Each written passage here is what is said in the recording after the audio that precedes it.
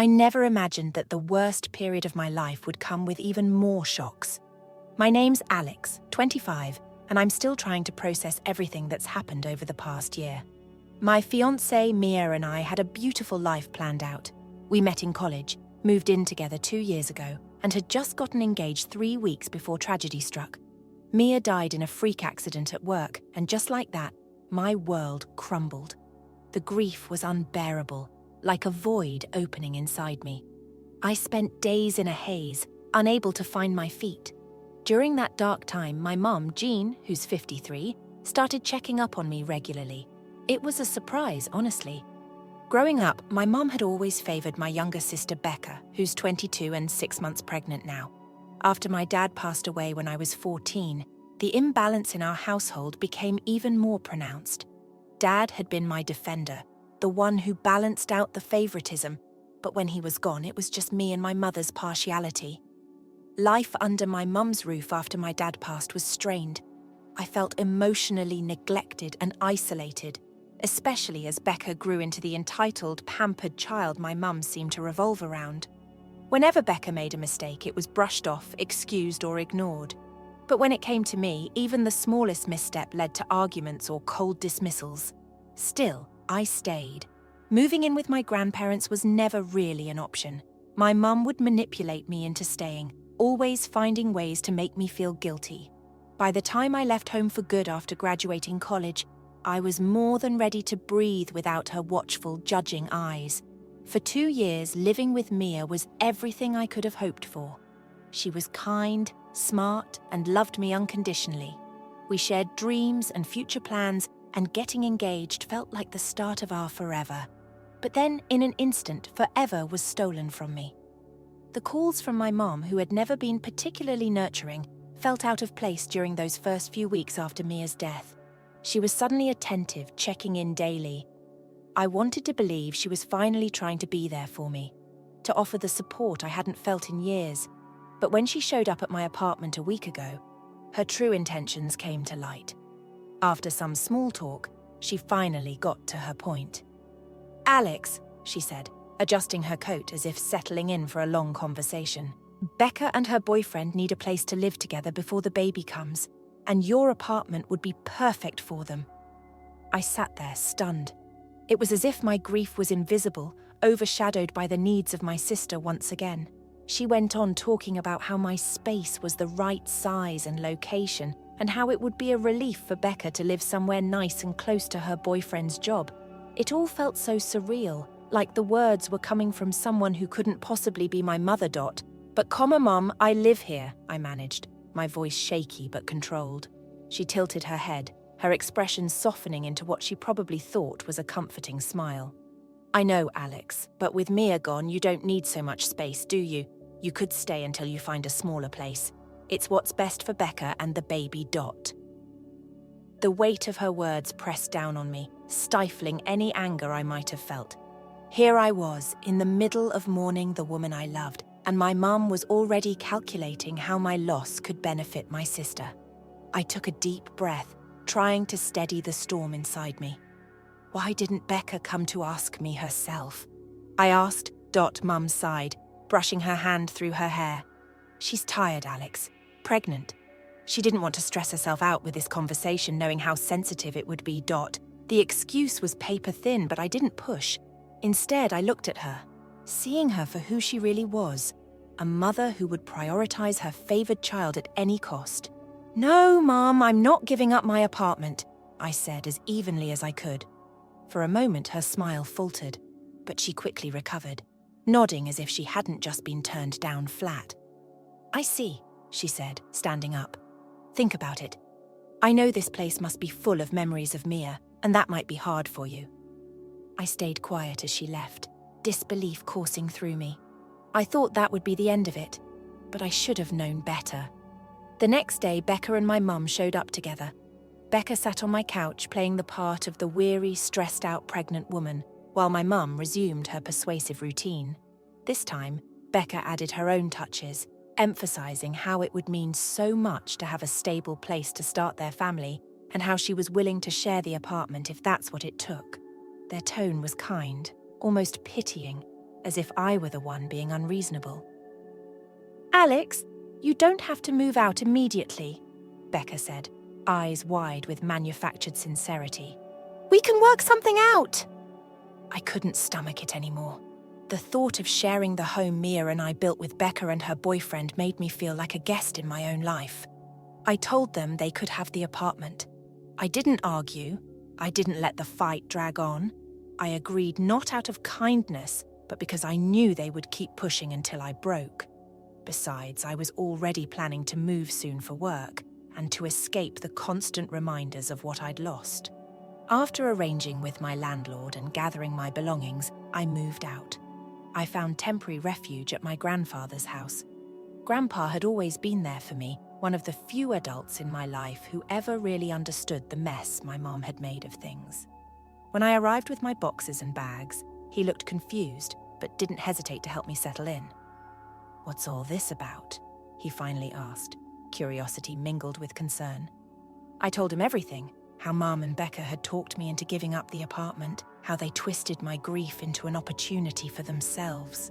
His face darkened with anger, lines deepening as he processed my words. I didn't tell him to stir up drama. I just needed someone to hear me. But Grandpa, being who he is, decided enough was enough. He told me I'd done the right thing, that I didn't owe anyone an explanation, and that I deserved better than this. The next day, my phone buzzed with a stream of messages from Mum and Becca, each one more frantic and accusatory than the last. Grandpa had taken action. I learned later that he'd cut them off financially, a move that left them scrambling. My mum's tirades painted me as the villain who'd turned Grandpa against them, but I knew the truth. He was done enabling their behaviour, and frankly, so was I. The messages came in waves, each one louder than the last, even though they were all silent on my phone screen. My mum, Jean, was relentless, firing off long paragraphs filled with words like ungrateful, selfish, and heartless. Becca's messages were just as harsh, except hers leaned heavily on her pregnancy as some kind of shield against criticism. It was as if I was expected to cave simply because she was carrying a child. "How could you do this to your pregnant sister?" One read, another, "You must have brainwashed Grandpa into this." At first, the guilt came creeping in, wrapping around my chest like a snake. But it didn't take long for anger to follow. They had twisted the story so that I was the villain, the one who had turned my grandfather, the man who'd funded their comfortable lives for years, against them. The irony was suffocating. I hadn't asked Grandpa to do anything. I'd only told him what had happened, not expecting him to take any drastic measures. The real kicker was that I hadn't known until that moment just how much my mum relied on Grandpa.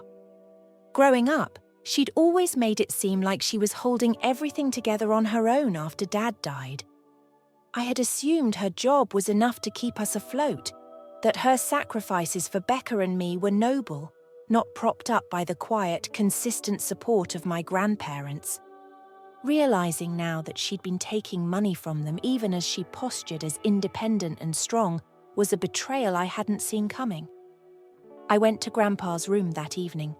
His small suburban house was cozy, a safe haven I hadn't fully appreciated until now. He was sitting in his armchair, glasses perched on his nose as he read the newspaper.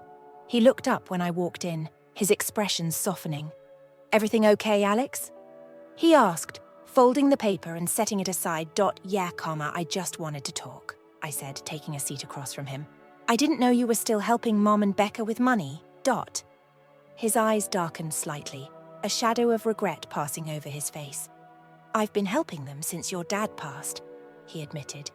"At first, it was just to make sure you kids had everything you needed.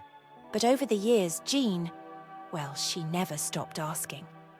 I nodded, letting that sink in. It hurt to know that the sacrifices I'd thought my mum made weren't really hers. It explained why, even as she doted on Becca and left me to fend for myself emotionally, she'd always had this air of security, as if she knew she could make any demand and it would be met. "I didn't mean for you to get dragged into this mess," I said, my voice low. Grandpa shook his head. "I'm glad you told me, Alex. I should have seen it sooner. The way she was treating you. How entitled Becca had become. It's my fault, in a way, for enabling it. There was a pause, heavy but shared. It felt like a moment of unspoken agreement, a silent acknowledgement of all the years that had led to this point. "I don't regret cutting them off," Grandpa finally said. "It's time they learned how to stand on their own.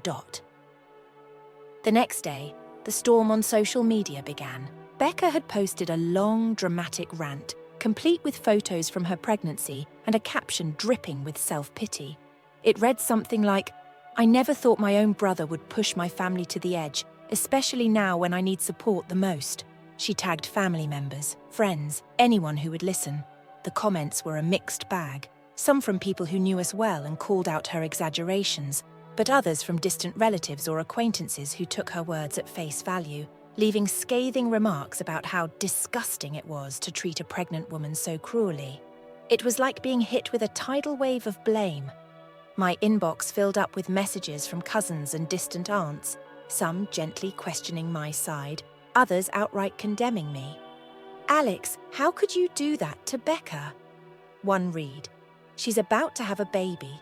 Couldn't you have found a compromise?" It was exhausting to even read them, but a surprising number of people reached out in private showing their support. Some cousins told me they'd suspected for years that Becca and my mum were taking advantage of Grandpa's kindness. A few even said they were proud of me for standing up, even if I hadn't intended to create such a rift. Their words were a small comfort, like finding a steady rock in a churning sea. I decided not to respond to the public spectacle. Feeding into the drama would only make things worse. I deleted the notifications and tried to focus on preparing for my move. My plan to start fresh in a new state was already underway, and now it felt even more necessary.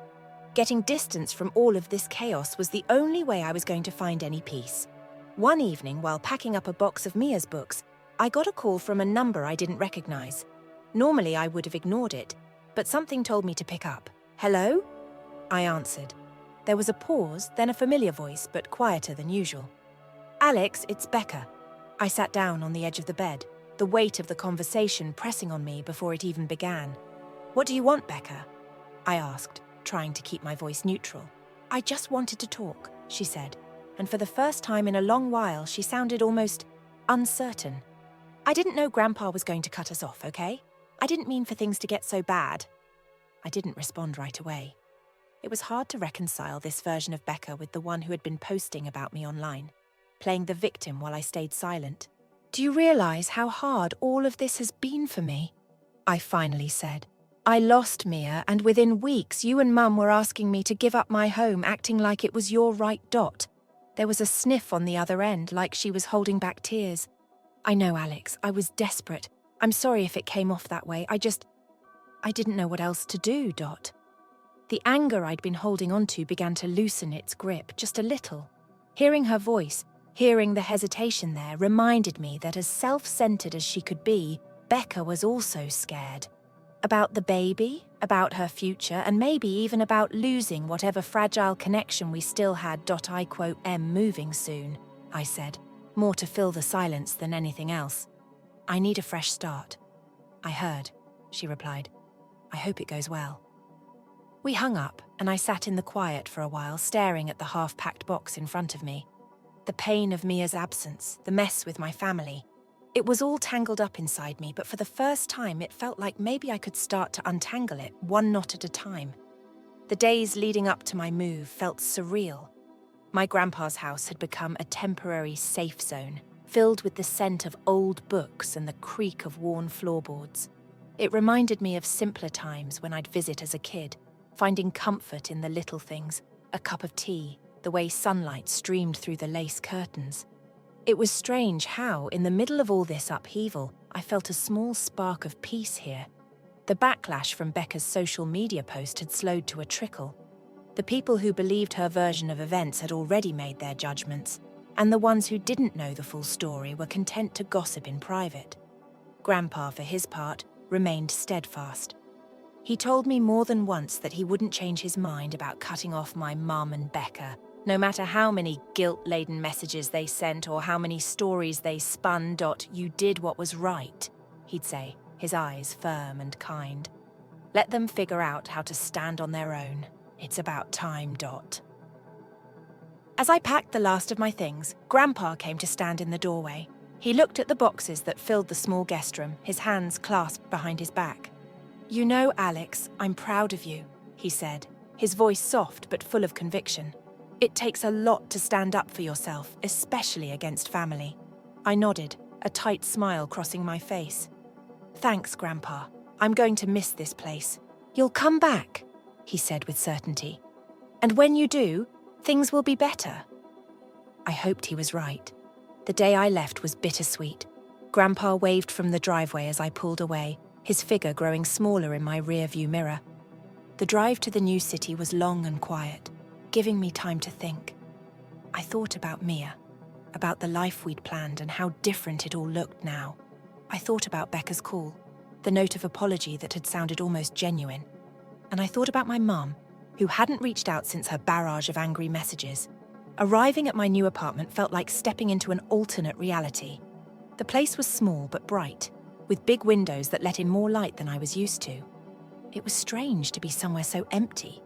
A blank slate, both comforting and intimidating. I set my boxes down and took a deep breath, trying to let the moment sink in. This was the first step towards something new, even if I didn't know exactly what that would be yet. My first week was a whirlwind of setting up utilities, unpacking, and starting my new job. The work was challenging, enough to keep my mind occupied during the day. But the evenings were different. The silence felt heavier without the background noise of Mia's laughter, or the rustling of her turning pages as she read on the couch. I found myself scrolling through photos of us, memories that stung in a bittersweet way. The ache was still there, but so was a determination that I couldn't quite explain. One evening, while I was catching up with emails, I got a message from one of my cousins, Sarah. She'd always been more level-headed than most of the family, someone I could count on to see through the drama. Her message was short. "Hey, I wanted to check in. I hope you're doing okay. I'm proud of how you handled everything." It was a small gesture, but it meant more than I could say. I replied, thanking her, and we ended up messaging back and forth for a while. She filled me in on how the family had reacted after the initial blow-up.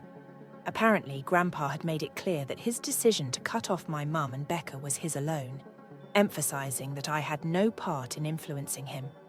Some relatives were starting to see the truth, while others clung to Becca's narrative. But it didn't matter as much to me anymore. "Are you ever going to talk to Mum?" Sarah asked at one point. I hesitated before typing back. "I don't know. Maybe one day, but it won't be soon." The next few weeks went by without incident. The city was starting to feel a little less foreign, and I was falling into a routine that felt manageable. Work was challenging in a good way, and I even began to make a few friends among my colleagues. It felt strange, moving on in this quiet, slow way, but it also felt like healing. One afternoon as I walked home from the office, my phone buzzed with an alert. It was a message from Becca. I stopped on the sidewalk, the sounds of the city fading as I opened it. "Hey, Alex. I wanted to let you know that I'm sorry for everything. Things have been really hard without Grandpa's help, and I didn't realize how much we were leaning on him until now. I'm trying to get my life together for me and the baby. I just wanted you to know that." I stood there, the words soaking in like rain on dry ground. It wasn't a plea or an accusation. It felt real, like maybe she was starting to understand. I wasn't sure what to feel, but I replied with a simple, "I hope things get better for you, Becca." I didn't know if that would be the end of our strained relationship or the start of something new, but it felt like the right thing to say. Maybe we both needed time to grow up, time to see things for what they were, and time to figure out who we wanted to be outside of the mess our family had made. The days turned into weeks, and then months. The chatter from the family faded, replaced by the quiet consistency of my new life. I visited Grandpa once or twice, each time finding him just as strong and proud as ever, though I could see the pain of cutting ties with his daughter still lingered behind his eyes. But he didn't waver, and neither did I. Mia's memory stayed with me, a bittersweet reminder of love lost but not forgotten. I carried her with me in small ways, in the plants she used to tend to that I kept alive on my windowsill, in the playlists we made together that I still listened to on rainy afternoons.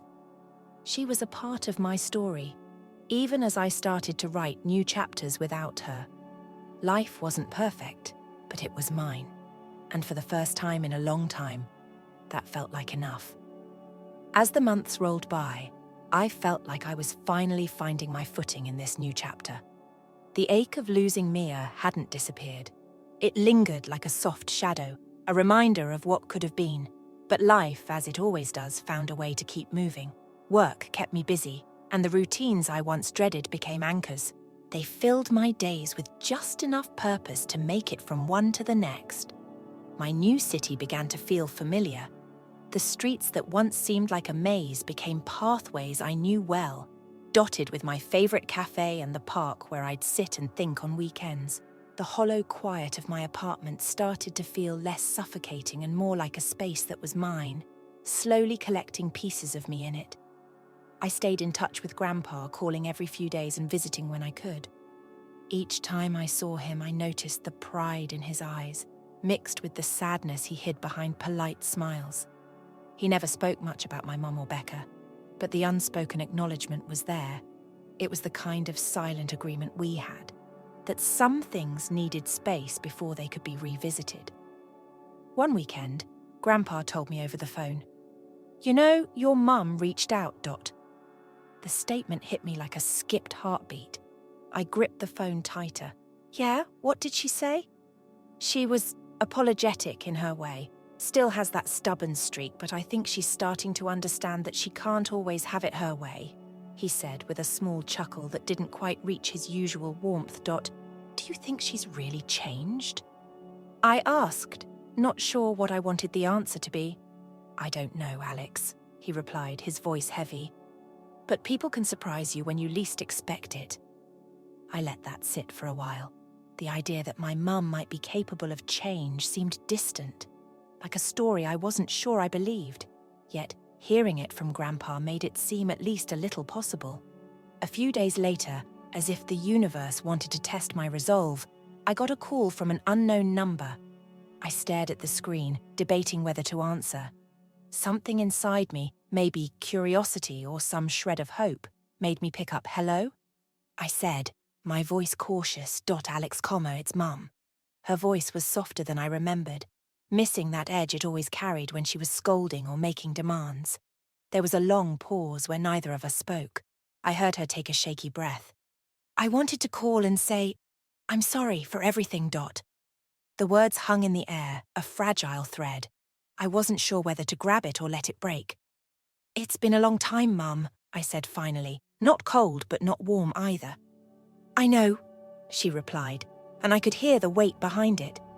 "I've been thinking a lot about what happened, about what you said before you left. I guess I didn't realize how much I hurt you, or maybe I just didn't want to see it, Dot." The conversation teetered on the edge of something real. I closed my eyes, leaning back in my chair. It wasn't just about the apartment, Mum. It was about everything. About years of being second to Becca. About you never seeing me the way you saw her, Dot. There was a sniff on her end, and I realized she was crying. It was a sound that didn't fit the image I had of her, the tough, always right mother who held the reins too tightly. "I'm trying to see things differently now, Alex. Grandpa cutting me off. It made me face some things I should have faced a long time ago. I'm not saying it excuses what I did, but I want you to know that I'm trying." I didn't know what to say. Part of me wanted to forgive her, to reach out and pull us both from the wreckage we'd left behind. But another part of me, the part that had spent years in her shadow, wasn't ready to just let it go. "I appreciate you saying that," I said, finally breaking the silence, "but it's going to take time." "I understand," she whispered. "Just know that I'm here." We said goodbye and I set the phone down, staring at it like it held some kind of riddle I couldn't solve.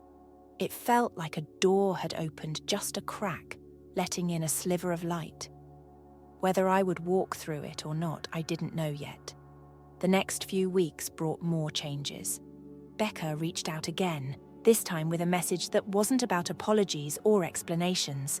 It was a picture of her newborn daughter, wrapped in a pale pink blanket, eyes wide and curious. "Meet Emma," the caption said. It was simple, without any added layers of guilt or plea for attention. I stared at that picture longer than I meant to, the tiny face staring back at me, unburdened by all the family drama she'd been born into. I felt something shift inside me, a softening that I hadn't expected. Emma had nothing to do with the mess between her mum, my mum, and me. She was just a baby, starting her life fresh and clean. Congratulations, I replied. And that was it. Just one word that felt heavy with the history behind it and light with the hope that maybe things could be different. Work continued to go well, and my life settled into a kind of peace I hadn't known I was capable of. I still missed Mia every day, and some days the weight of that loss hit me harder than others. But I started to allow myself moments of happiness, moments where I didn't feel guilty for moving forward. I made friends at work who invited me out, and I found myself saying yes more often. Little by little, life stitched itself back together in a way that wasn't perfect but was whole enough. One evening, as I sat on the balcony of my apartment, watching the city lights blink to life, I got a message from Grandpa. "Proud of you, kid? Keep going." I smiled, feeling the warmth of his words reach all the way from home to where I sat. The journey hadn't been what I expected, and the road ahead was still uncertain, but I realized that I had done what I thought was impossible. I'd found a way to carve out a life that was mine, on my terms. The shadows of the past were still there, but they were just that, shadows. They didn't control me anymore, and as the night settled in around me, I felt something close to contentment. Maybe things wouldn't be perfect, but maybe they didn't need to be. Maybe, for the first time in a long while, it was enough to just be where I was, moving forward one day at a time. Life, as unpredictable as it had been, was finally starting to make sense. My days in the new city grew into weeks, and those weeks turned into months. The hurt from my past didn't vanish, but it dulled enough to let me breathe a little easier. I found moments of genuine joy, small victories at work, sharing a beer with colleagues after a long day, exploring corners of the city I hadn't known existed. In those moments, I felt like Mia was there, nodding in approval, urging me forward. My conversations with Grandpa continued, steady as a heartbeat. He was my anchor, reminding me of where I came from without pulling me back into it. We talked about everything. His garden, which he tended with the patience of a man who had seen too many seasons pass too quickly, the stray cat that had taken up residence on his porch, and the memories of my dad, which were now shared with more laughter than tears. One Saturday afternoon, while I was flipping through some old photos on my phone, I came across a picture of Becca and me as kids. She was about 5, cheeks chubby and eyes bright, and I was 7, grinning as if we didn't have a care in the world. The memory hit me unexpectedly, a time before things became complicated, before favoritism and the sharp edge of neglect shaped our paths. A soft chime interrupted my thoughts. It was a message from Becca. Would you be okay with a visit? Emma would love to meet her uncle. I stared at the screen, the weight of that question pressing down on me. Part of me wanted to say no to protect the fragile peace I'd worked so hard to build. But another part, a part that felt older and wiser, told me that healing wasn't about closing doors. It was about opening them, even if just a crack dot. Let me think about it, I replied, and I did. For days I let the question settle into the corners of my mind. I talked to Grandpa about it during one of our calls. His response was simple, as always. Alex, if you feel ready, do it. If not, that's okay too. Just make sure it's what you want. Eventually, I texted Becca back. I'll visit next weekend. The words felt heavy and light at the same time, a blend of anxiety and hope. The following Saturday, I found myself driving the familiar roads back to the town I'd left behind, each mile feeling like a step into uncharted emotional territory. When I arrived at Becca's house, she opened the door looking both surprised and relieved. She looked older, worn in a way that parenting tends to do. The last time I'd seen her, there had been tension and sharp words. Now there was something softer in her expression. Hey, she said, shifting Emma in her arms. The baby blinked at me with wide, curious eyes, her tiny fists waving as if greeting the world for the first time. Hey. I said back, managing a small smile. I reached out, touching Emma's little hand. She wrapped her fingers around my thumb, her grip surprisingly strong. It was such a simple moment, but it felt like a thread connecting us, weaving something new between Becca and me. Come in, Becca said, stepping aside. The house was smaller than I'd expected, modest and filled with the chaos that comes with a newborn. Bottles on the counter, a stack of laundry in the corner, and the soft hum of a lullaby playing in the background. It was far from perfect, but it was warm and lived in. We talked carefully at first. She told me about the sleepless nights and the way Emma's smile made it all worth it. I listened, nodding, offering quiet responses. It felt like we were learning each other all over again, not as the children we once were, but as adults who had taken different roads back to this shared space. I quote sorry for everything, Alex, Becca said after a while, her voice low but sincere. I know saying it doesn't change what happened, but I am. I looked at her, seeing past the entitlement that had once defined her. She was trying, just like me, to find her way out of the mess we'd inherited. I know, I said, and I did. I couldn't say everything was forgiven, but I could say that it was a start. Emma squirmed in her arms, making a small noise that sounded almost like a laugh. We both smiled at that, a rare, genuine moment between us that felt like the first clear day after a storm. When I left later that evening, the sun was setting, casting the town in a soft orange glow. It felt symbolic, like the close of one chapter and the tentative start of another. As I drove away, I thought about my mum and how we hadn't spoken since that phone call weeks ago. I didn't know if we ever would sit across from each other and bridge the gap, but the idea no longer felt impossible. The next week, as I settled back into my routine, I received a picture from Becca. It was Emma, dressed in a tiny onesie with "Best Uncle Ever" printed across the front. My chest tightened, a strange mix of happiness and longing. I didn't reply right away, but found myself smiling every time I looked at the picture. Life continued, one step at a time. There were days where the past tried to pull me back, the memories sharp and painful. But there were also days filled with promise, like tiny lights guiding me forward. I stayed in touch with Becca, cautious but hopeful. Mum was still a distant presence, a puzzle waiting to be solved, but that was okay. I knew that some things take time, and for the first time I was willing to wait. Mia's memory remained, not as a wound, but as a part of who I was. I talked about her with friends when the time felt right, keeping her alive in stories and sharing smiles. And as I sat on my balcony one evening, looking out over the city that had become my home, I realized that I was no longer just surviving. I was living, with all the messiness and beauty that came with it. The past would always be there, a series of pages that told a complicated story. But I was learning that the future was mine to write, one line at a time. And maybe, just maybe, it would be a story worth telling. Story too. Since she plays no part in our wedding ceremony, my fiancé's band excluded my young daughter, but his 4 children do. We are currently in the midst of organising this large wedding. To tell the truth, it's both exciting and a little overwhelming. We've been dating for a long, and it's been quite the journey to combine our families. He has 4 children from his 2 past relationships, a 5-year-old boy, a preteen daughter, and twin sisters who are 7 years old. My 5-year-old daughter recently began kindergarten. So yes, there are a lot of children involved. To be honest, things with the kids had been going very well. Up until this point, Adam has always valued treating everyone fairly, which is really important to me. That's what you want when combining families, isn't it? So, up until the wedding planning starts, we've been handling this whole huge happy family thing rather well. We're going over all the standard things such as locations, cuisine, colours, etc. Finally, we start discussing the children's roles. Adam can't wait for his son to be the ring bearer. His 3 daughters have already been chosen to be the flower girls. I think, well, that sounds cute when he first brings it up. Then it dawns on me, not included is my daughter. I understand now. Adam has additional children. Perhaps he simply hadn't considered it.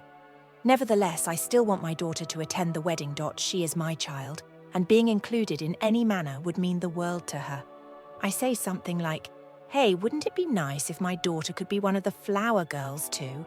in a casual way. Adam simply says no without even considering it. I initially believe I may have misheard him. For example, why would he simply refuse? So just to be sure, I try again. And he says it again. No, 3 is sufficient. I don't understand. We are discussing our wedding and I would like my child to attend, just like his children do. It's not as though I'm requesting that everything be changed or that his children be excluded from the wedding. Just one more flower girl, please, Dot. So why don't I ask him? I mean, it's not that big of a deal. He simply admits it wouldn't work with a shrug.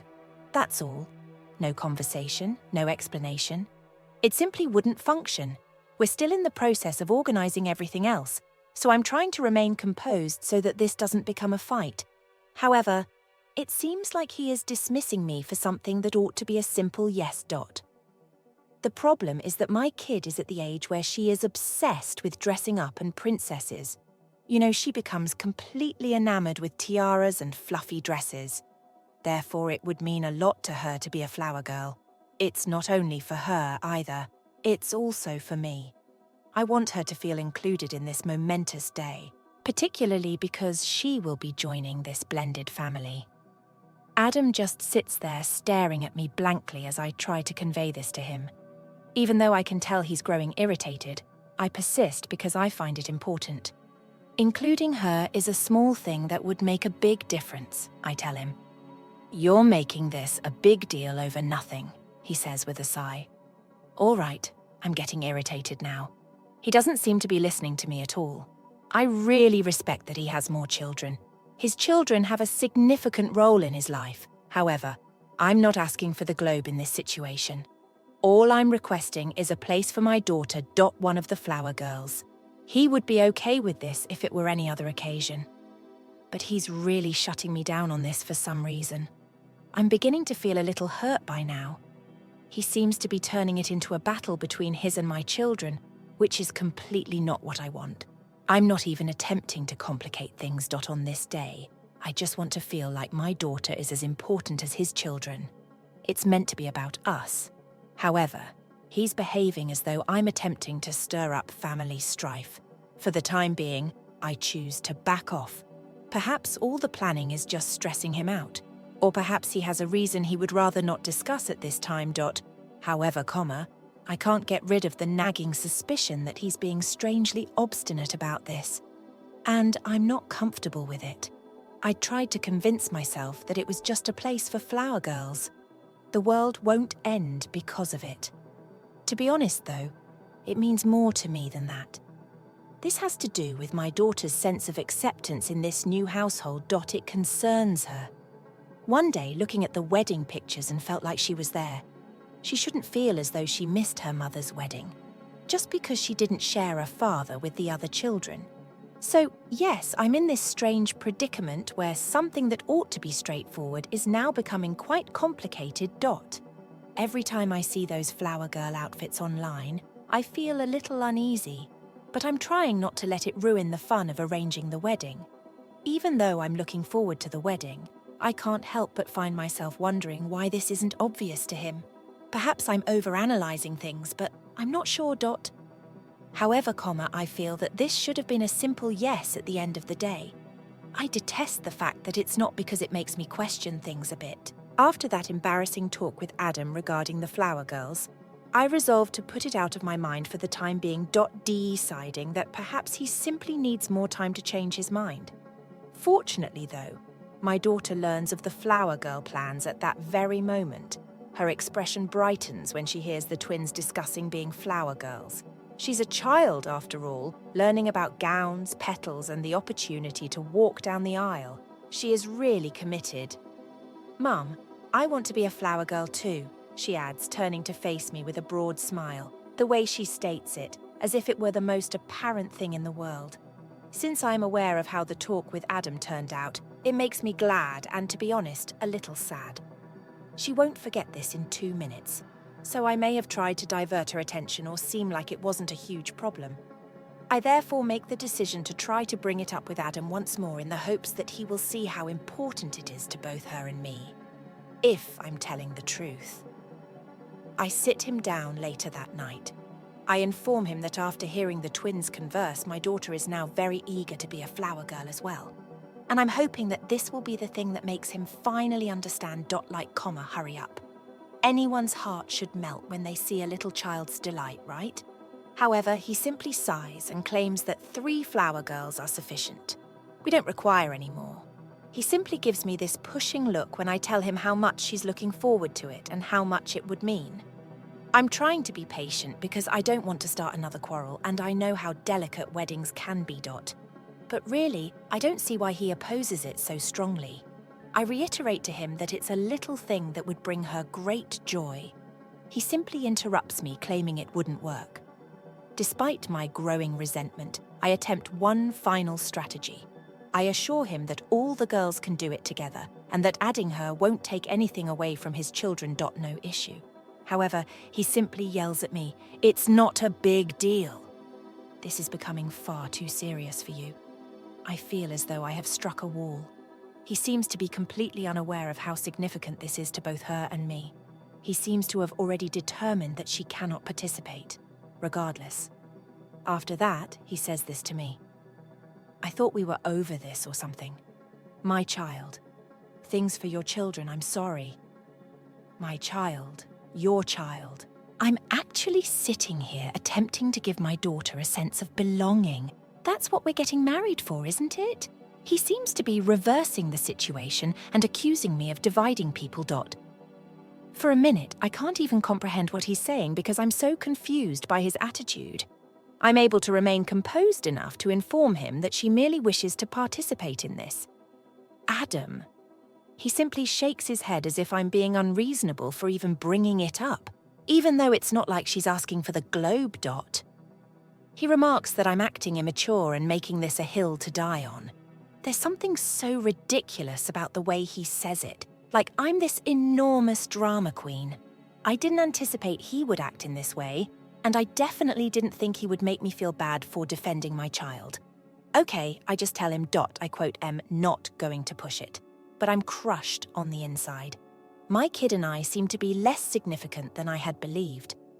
My daughter asks me later that evening if she will be allowed to be a flower girl. Additionally, I have a lump in my throat. How do I let her know that her enthusiasm is unimportant, that her inclusion is denied? I therefore aim to keep things simple. I inform her that the specifics are still being worked out, that nothing is finalized just yet. She then gives a rather dissatisfied nod. My heart is broken. All she wants is to feel special as a young child.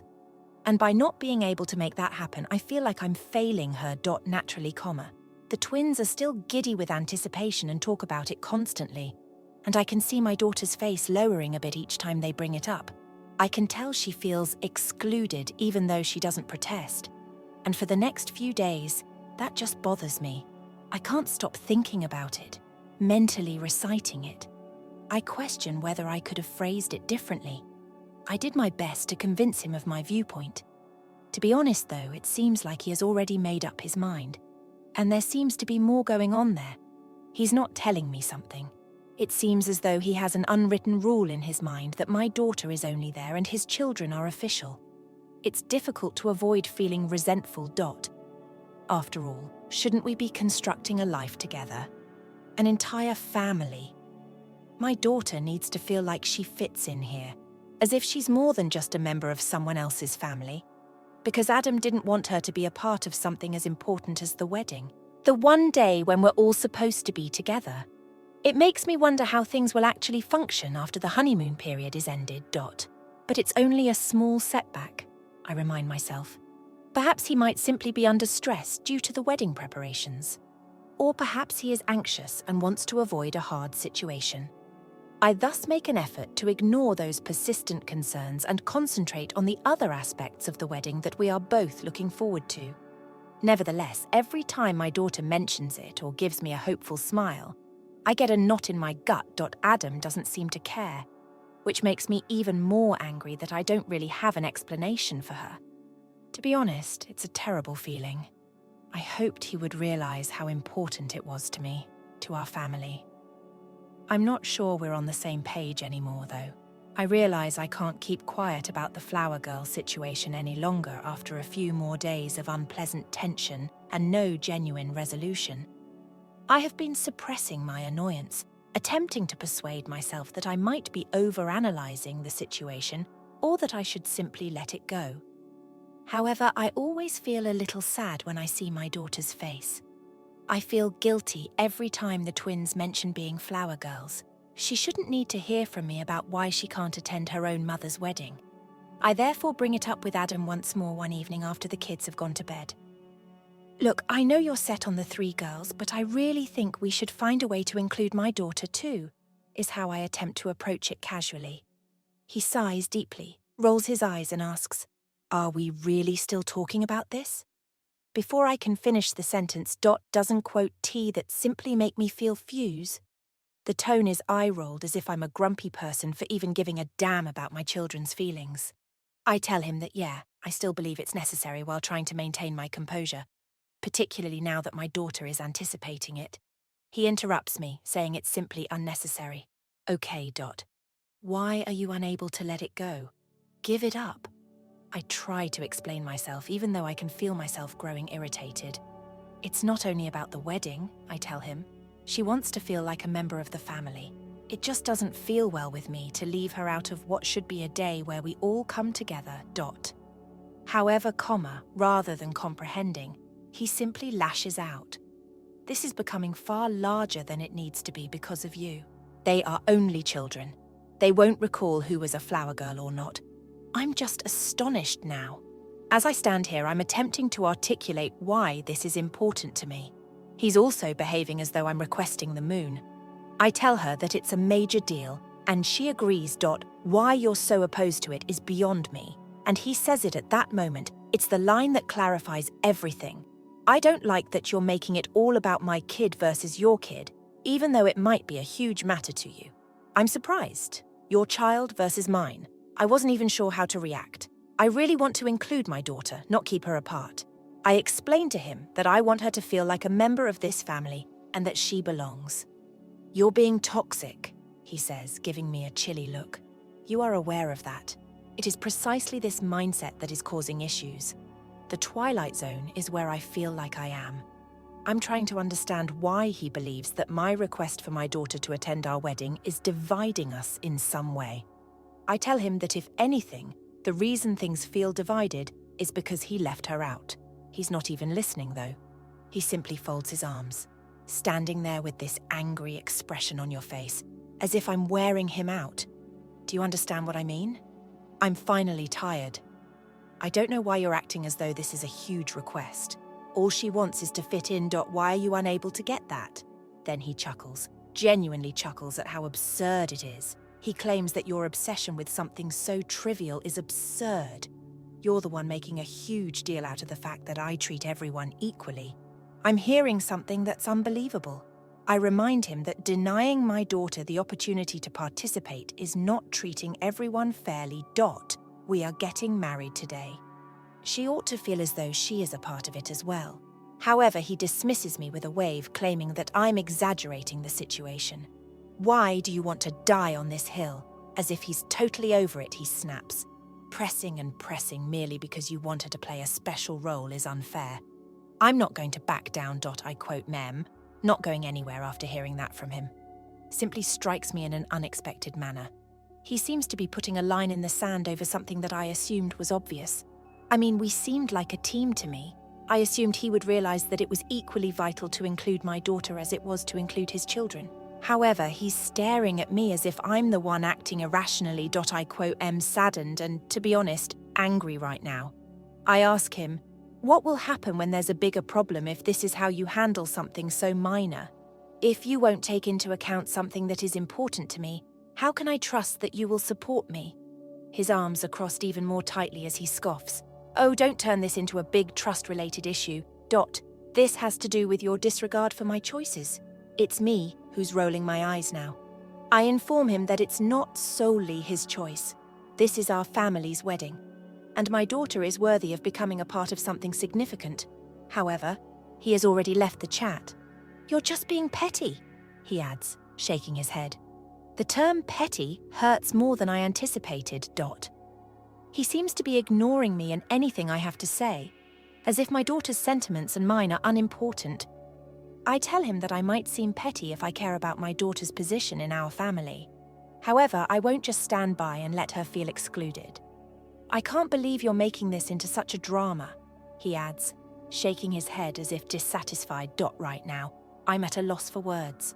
As he leaves as if the conversation is over, I stand there in disbelief. Battling for something that shouldn't even be a fight makes me feel like I'm battling alone. I believed that organising this wedding would strengthen our bond as a family and bring us closer together. But right now, all I can sense is our growing separation. In all honesty, it's horrifying. This dispute is no longer about a flower girl spot, I realise as I stand there in the empty room. It concerns his perceptions of me, my daughter, and perhaps even our future. And I begin to question whether this is what I signed up for the first time. Ultimately, I begin to doubt everything after that argument. Do you have the mental ability to relive discussions in order to determine whether you missed anything? That's how I've been for the last few days. I keep thinking about everything Adam said. To be honest, it's making me nauseous. The flower girl thing is no longer the only one. Yes, that was the beginning of it. However, I'm now considering the wider picture. The way he dismissed my emotions and chuckled as though I was being silly for defending my child. He then hurled at me the whole "your kid versus my kids" spiel. It was like being slapped across the face. I can't help but wonder whether something as little as adding another flower girl is causing him to act in this manner. What will happen when we actually run across issues? We both understood going in that blending families is difficult. I anticipated that we would encounter difficulties, but I believed that we would overcome them together. However, I feel as though I'm beginning to notice a side of him that I was previously unaware of, or perhaps I simply didn't want to see it. I begin to notice every tiny detail throughout the course of the following few days, such as when we're all spending time with the children. He jumps right in to play with his children, crack jokes, and make them feel special. And that's fantastic, don't get me wrong. I'm glad he's a nice father to them. However, I later realised that he is simply aloof with my kid. It all I can see now, but perhaps I was previously blind to it. His daughters, for instance, will ask him a stupid question like, "Can you help me with my doll's hair?" And he will do everything in his power to meet their needs. I'm laughing, enabling them to feel noticed. He seems to hardly hear my daughter when she asks him a similar question. Just a little. Yes, indeed. And before he returns to whatever he was doing, perhaps a distracted pat on the head. Now that I'm looking, it's rather obvious, but I've tried to ignore it since I think I'm reading too much into it. The problem is this. My daughter is also beginning to take notice. She hasn't spoken directly, but I can sense she's feeling a little depressed when he ignores her or laughs uncontrollably at something one of his children says while hardly acknowledging her. She is only 5 years old. But children are not stupid. They are aware when they are being excluded, and it simply breaks my heart as her mother. I keep telling myself that perhaps he's simply exhausted or distracted and that he's stressed out about the wedding preparations. Then I recall what he said. I'm not going to back down, as if his choice were final. No space for understanding or compromise. And that stings because I believed that marriage was about supporting one another and finding common ground. I feel like I'm fighting this battle alone, though. He's on the opposite side, too. I remember how things were when we first started dating.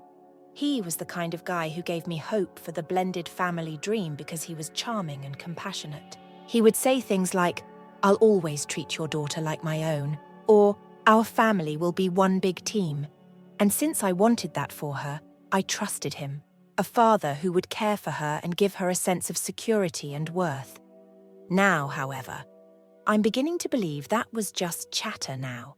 He was playing with his son the other day while we were at the park with all the kids, and I saw him laughing and pulling him up and twirling him around.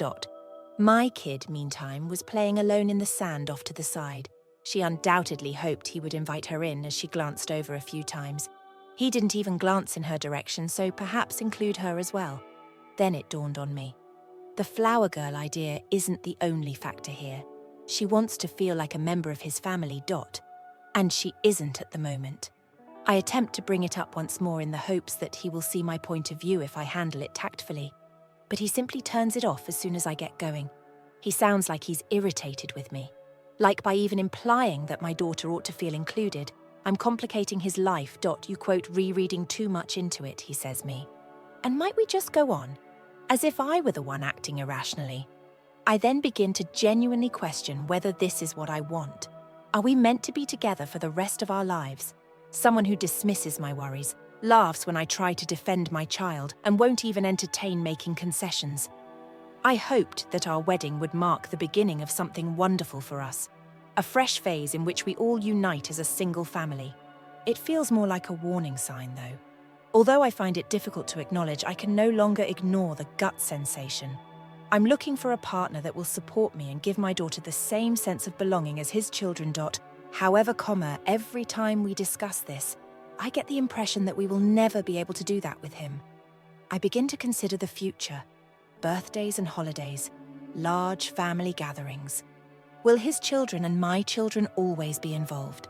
Am I committing myself and my kid to a life in which she is constantly marginalized, where his children usually take precedence over her in the family? To be honest, I don't want her to experience it.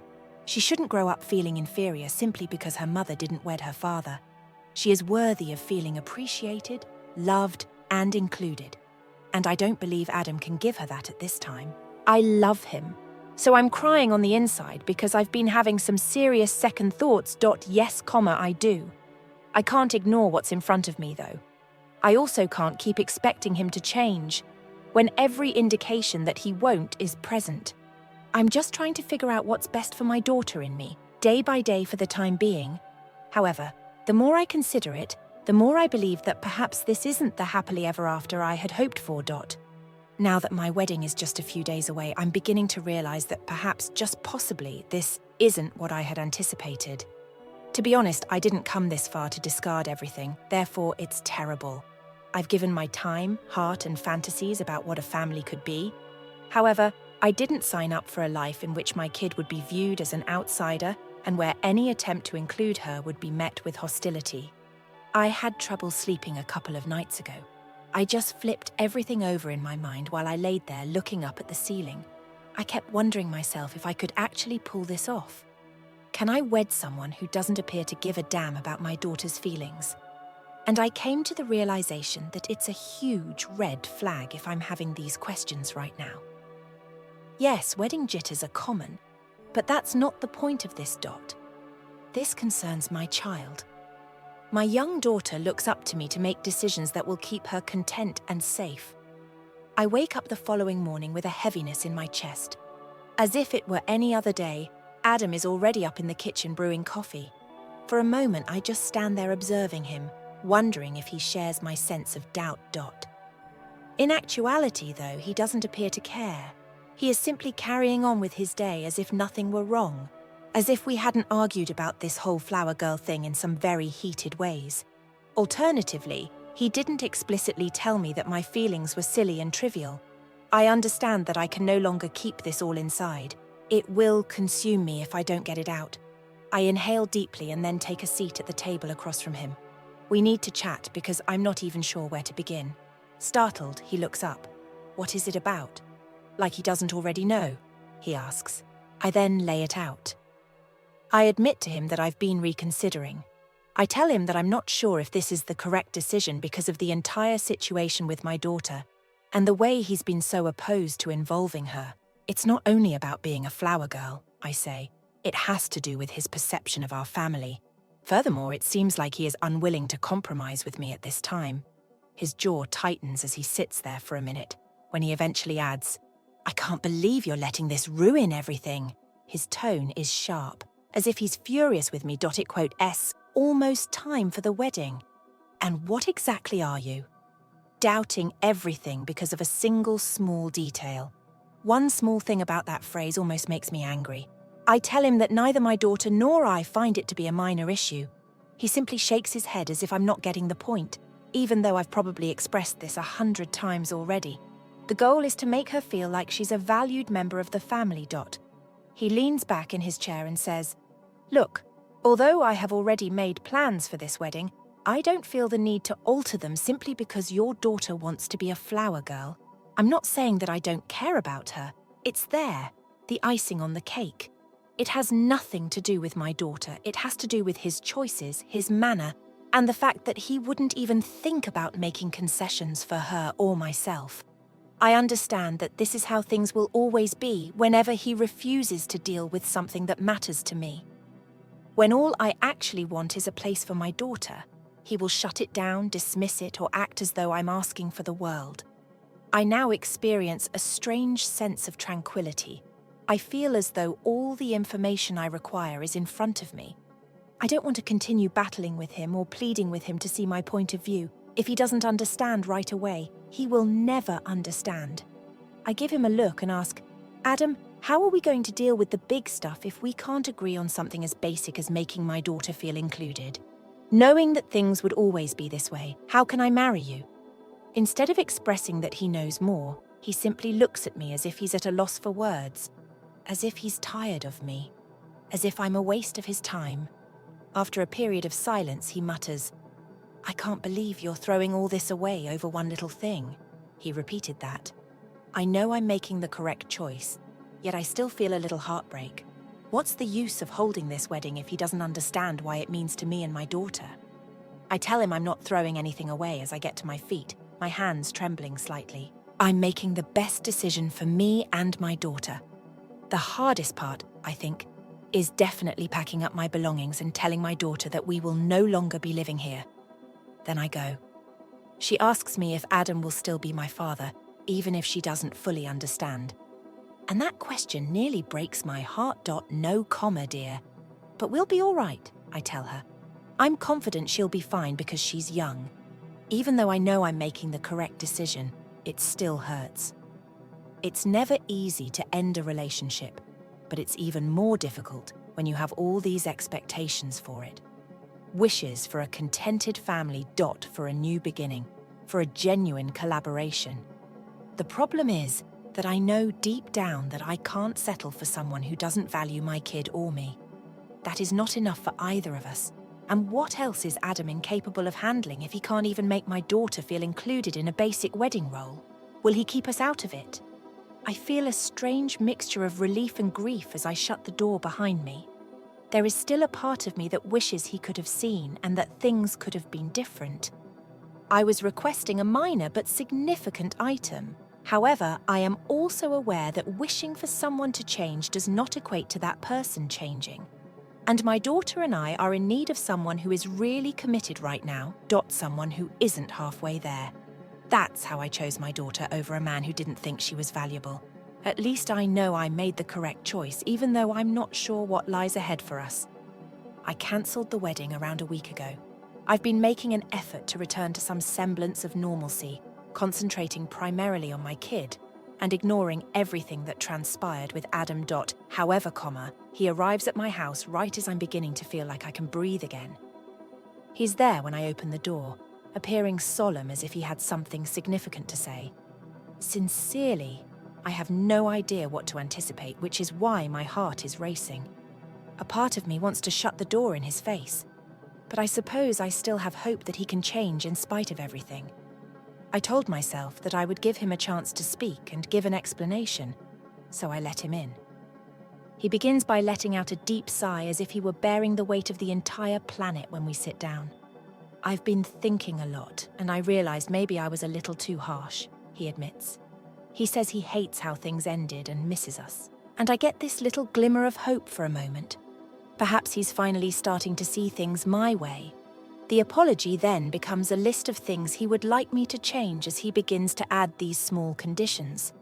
I really don't want you to constantly bringing up these problems with your daughter, he says. Feeling like she must be at the center of everything is draining. That quote s exactly what he says. My heart sinks. She's my daughter, Adam, I tell him. She is 5 years old.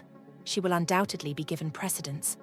He simply nods, repeating that utterance as if I'm being challenging.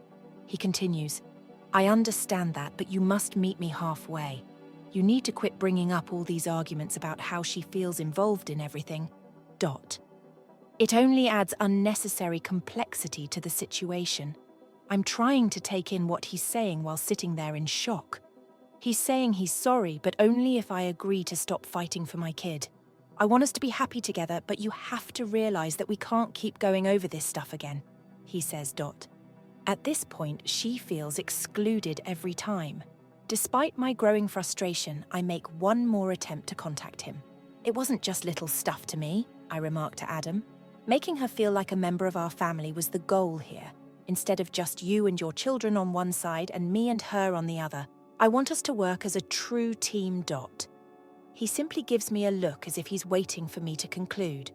See, he adds, this is what I mean. You are overly preoccupied with making things ideal for her, as if everything or nothing is the only option. It doesn't need to be so severe. Simply allow events to unfold organically. Allow events to unfold organically. I say it again while attempting to keep my voice down so that she is obviously left out. She simply takes a back seat to your children, of course. Adam replies it's not about her being left out as he moves in his chair, looking irritated now. It's about not having to be in charge of everything. When it works, just let her participate. But don't attempt to push it. That's when I start to feel this weight in my chest. I understand that he will never consider her a member of his family, not in the important manner. He can't even think about what it would mean for my daughter to feel like she belongs, since he is so preoccupied with keeping his children comfortable. I love you, but you have to give up some of this control if we're going to make this work, he continues. Every time I make a decision involving my children, you can't keep asking me questions. It's there, as obvious as day. He's stating that he wants things to return to normal, but only if I agree to give up on my kid.